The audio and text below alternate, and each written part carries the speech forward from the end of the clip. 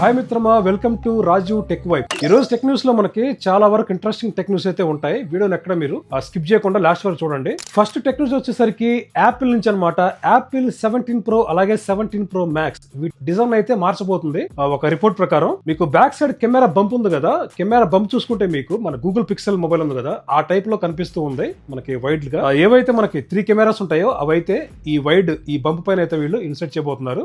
దాంతో పాటు ఈసారి వీళ్ళు ఏంటంటే బిల్డ్ క్వాలిటీలో టైటానియం నుంచి అల్యూమినియం కి అయితే తీసుకొచ్చారు. అలాగే ఈ బంప్ ఏదైతే ఉందో back rear camera section bump, ఆ బంప్ ను కూడా వీళ్ళైతే అల్యూమినియం తోటి తయారు చేయబోతున్నారు. చూడాలి మరి ఎప్పటి నుంచో యాపిల్ బ్యాక్ సైడ్ కెమెరా ఆ బంప్ అనేది మనకి చూసి బొరుగొట్టేసింది. 13 Pro Max, 14 Pro ఇవన్నీ కూడా సేమ్ మనకు ఒకేలా కనిపిస్తూ ఉంటాయి. ఈసారి కనుక డిజైన్ మారిస్తే బాగుంటుంది. చూడాలి మరి వచ్చిన తర్వాత ఎలా ఉండబోతుంది.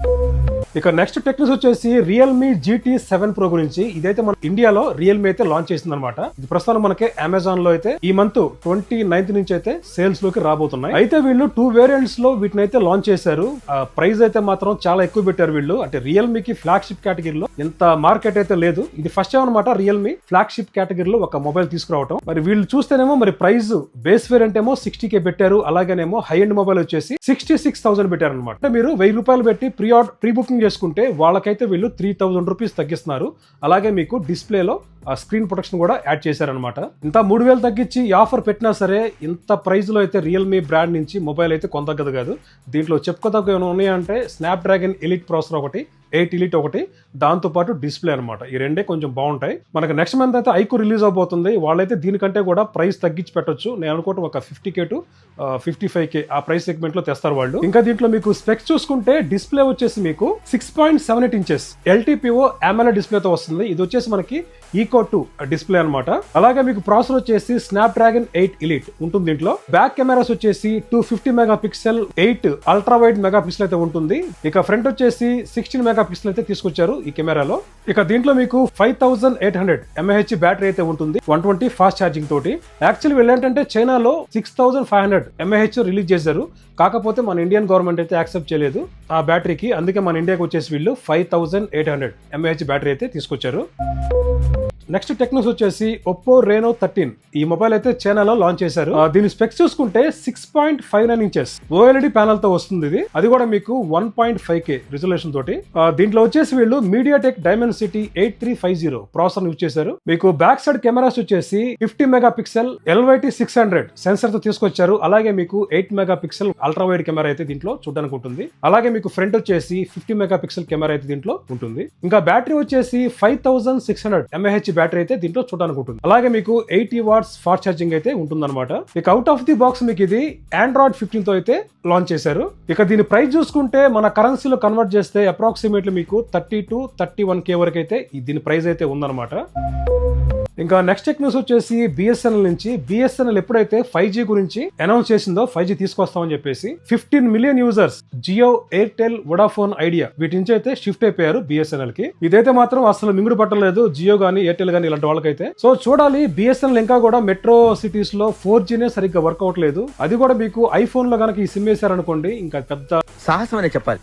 నెట్వర్క్ పనిచేయదు, అలాగే సిగ్నల్ కూడా రాదు ఐఫోన్ యూజర్స్ కి అయితే. మరి ఇంకా వీళ్ళు 4Gనే సరిగ్గా తీసుకురాలేదు. ఇంకా వీళ్ళు 5Gని అయితే అనౌన్స్ చేశారు. నెక్స్ట్ ఇయర్ కల్లా తీసుకొస్తాం కంప్లీట్ గా అని చెప్పేసి.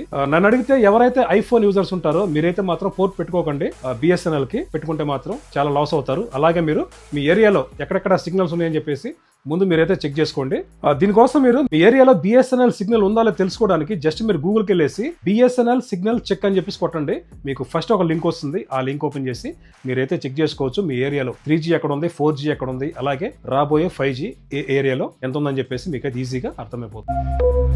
నెక్స్ట్ టెక్ న్యూస్ వచ్చేసి స్పాటిఫై నుంచి అనమాట. కొంతమంది APK mod ఫైల్స్ యూజ్ చేసుకొని వీటిలో ఉన్న కాంటెంట్ అయితే చూస్తూ ఉన్నారు. అలాంటి వాళ్ళకి వీళ్ళు ఏంటంటే స్పాటిఫై వాళ్ళు క్రాక్డ్ వెర్షన్ ఏవైతే ఉన్నాయో వాటిని అయితే వీళ్ళు బ్లాక్ చేశారనమాట. సో మీ మొబైల్లో ఈ క్రాక్డ్ వెర్షన్స్ ఉంటే మాత్రం ఇప్పటి నుంచి అయితే పనిచేయవు. ఒకసారి మీరు చెక్ చేసుకోండి మీ దాంట్లో క్రాక్డ్ వెర్షన్స్ ఉంటే అవి పనిచేస్తున్నాయి లేవో. ఇప్పటికీ ఆ వెర్షన్స్ మీ దాంట్లో పనిచేస్తూ ఉంటే త్వరలో ఇవైతే బ్లాక్ అవ్వనున్నాయి.